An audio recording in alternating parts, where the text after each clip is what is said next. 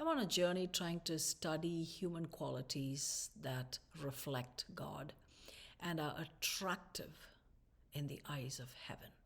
And last week we were looking at a humble and contrite spirit, and this week this pearl that I found comes from 1 Peter chapter 3 verse 4. It says, "Let not your adornment be external, but let your adorning be the hidden heart of man, with the imperishable, unfading beauty of a gentle and quiet spirit, which in God's sight is of much worth. It is precious. It's of high value."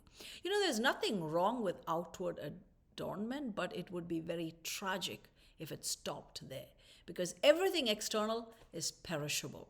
It is of the earth, earthy. It ends with the world. Only the eternal things can be carried to heaven, and it is of worth in the sight of God. And a gentle and quiet spirit is of much worth. Gentle is a teachable, a lowly, a kind spirit, which is open to what God is saying. But the quiet spirit is a spirit where in our inner self it is seated.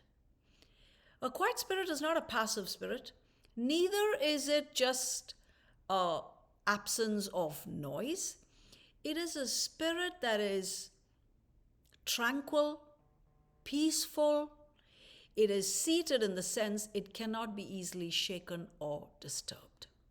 It is a spirit of and the heart of man where the storms of life can come and go, but it will not settle into that heart because it is rooted in its maker. Such a spirit, a quiet spirit, definitely reflects God.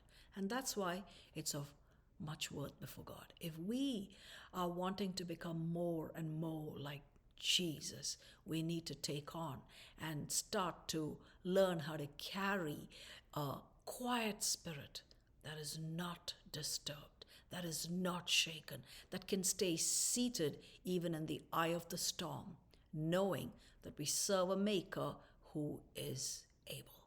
Amen.